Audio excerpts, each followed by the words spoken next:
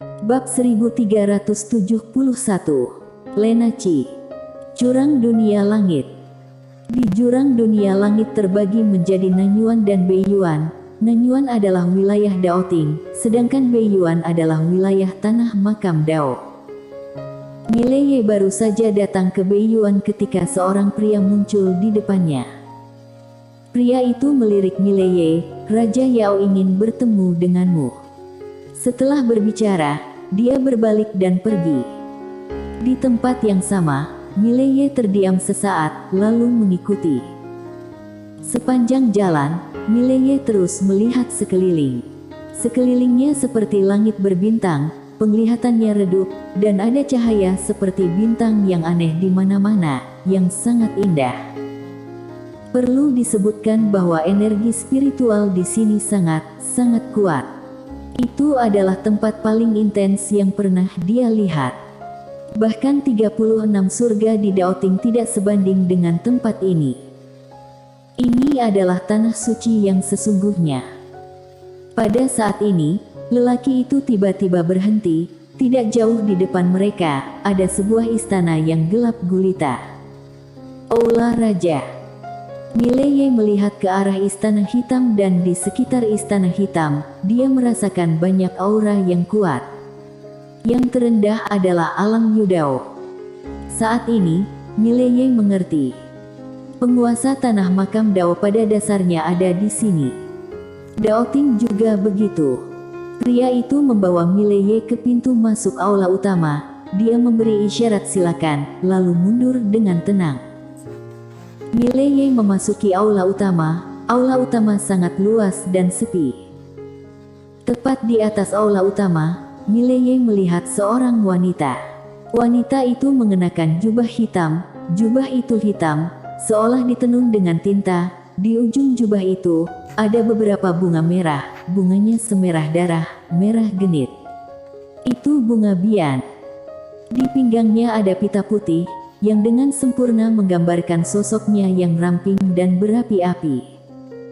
Wanita itu mengenakan kuncir kuda kembar, terlihat sangat rapi.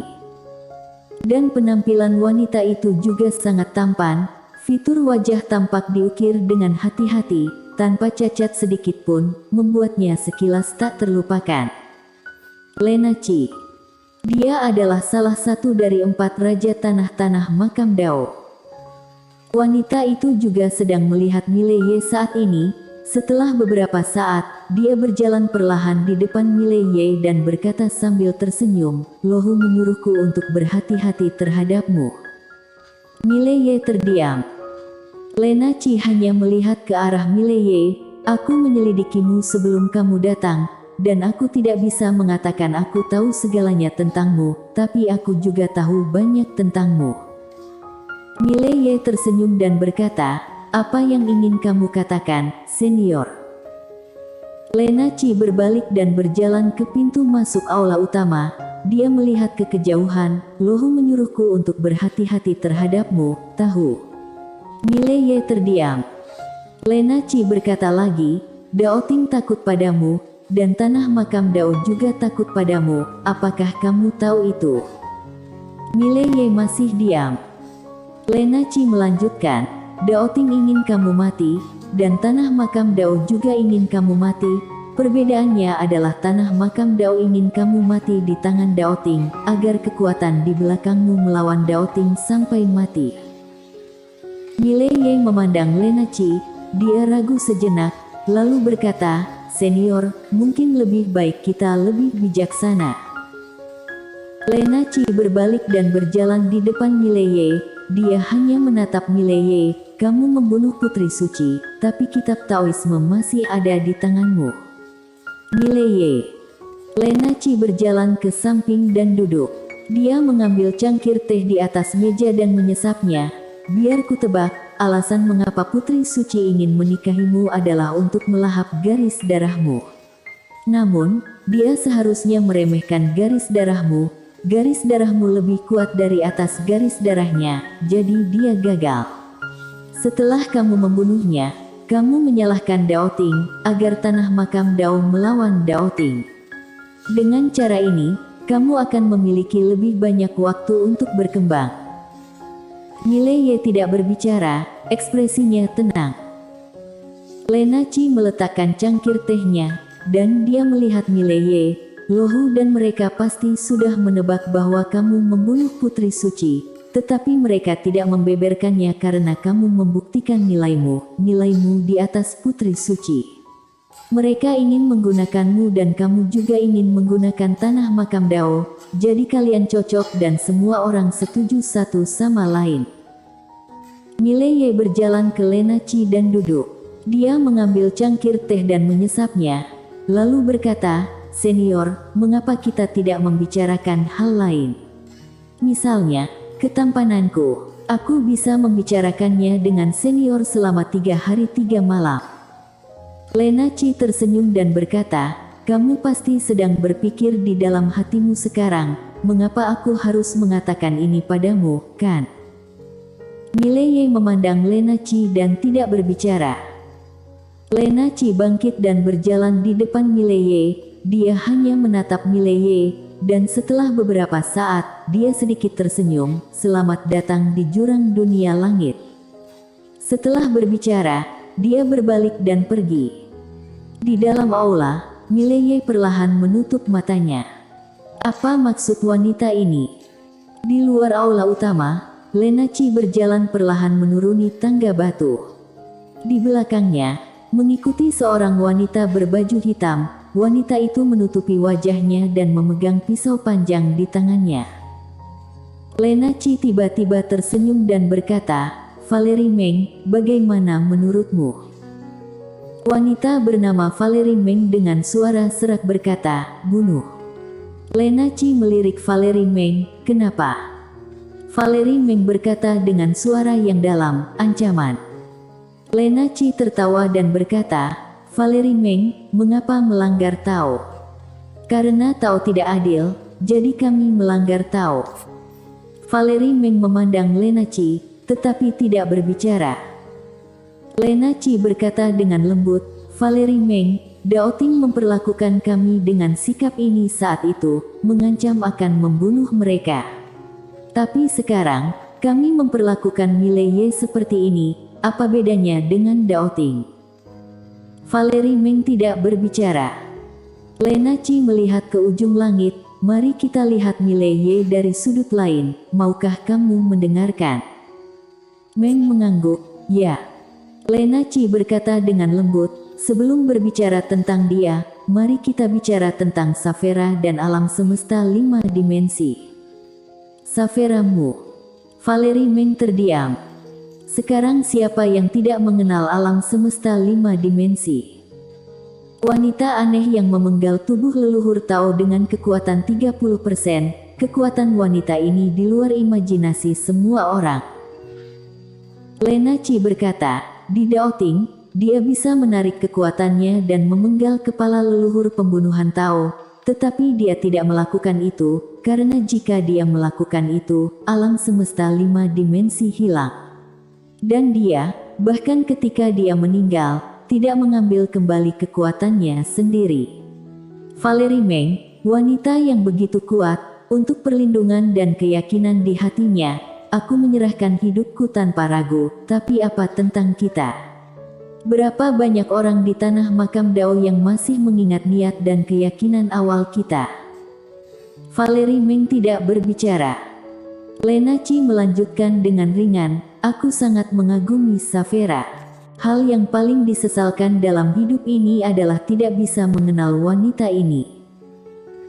Saat dia mengatakan itu, dia memandang Valerie Meng dan berkata sambil tersenyum, "Aku mengagumi Mileye, menghargai tanggung jawabnya, menghargai darahnya, dan bahkan lebih menghargai akalnya." Savera pergi. Akhirnya, menilai dari semua yang dilakukannya cukup membuktikan bahwa Savera tidak salah paham dengan orang tersebut. Valerie Meng berkata dengan suara berat, "Dia membunuh Putri Suci." Lena Chi tersenyum dan berkata, "Valerie Meng, Putri Suci ingin menikah dengannya karena 2 alasan, satu untuk melahap darahnya dan yang lainnya menginginkan kitab Taoisme. Kematian Putri Suci sepenuhnya adalah kesalahannya sendiri, dan terus terang, dia pantas mendapatkannya. Valerie Meng terdiam. Lena Qi berkata lagi, Dao Ting menginginkan kitab Taoisme Mileye, dan tanah makam Dao juga menginginkannya. Namun, baik Dao Ting maupun tanah makam Dao telah mengabaikan satu hal, yaitu setelah Mileye mendapatkan kitab Taoisme, dia tidak merahasiakannya, tetapi membagikannya. Dao Ting menginginkan kitab Taoisme. Sebenarnya mereka punya pilihan yang lebih baik, yaitu membantu Mileye dan menyelamatkan alam semesta 5 dimensi. Aku jamin dengan melakukan itu, mereka akan dengan mudah mendapatkan volume kitab Taoisme itu, karena dari semua tanda, Mileye dan Savera Mu tidak peduli dengan volume kitab Taoisme, namun, Dao Ting memilih jalan lain. Bukan hanya Dao Ting, tanah makam Dao juga begitu. Valerie Meng memandang Lena Qi, Raja, Lohu dan yang lainnya. Lena Qi berkata dengan lembut, apakah kamu tahu mengapa ini terjadi? Meng menggelengkan kepalanya.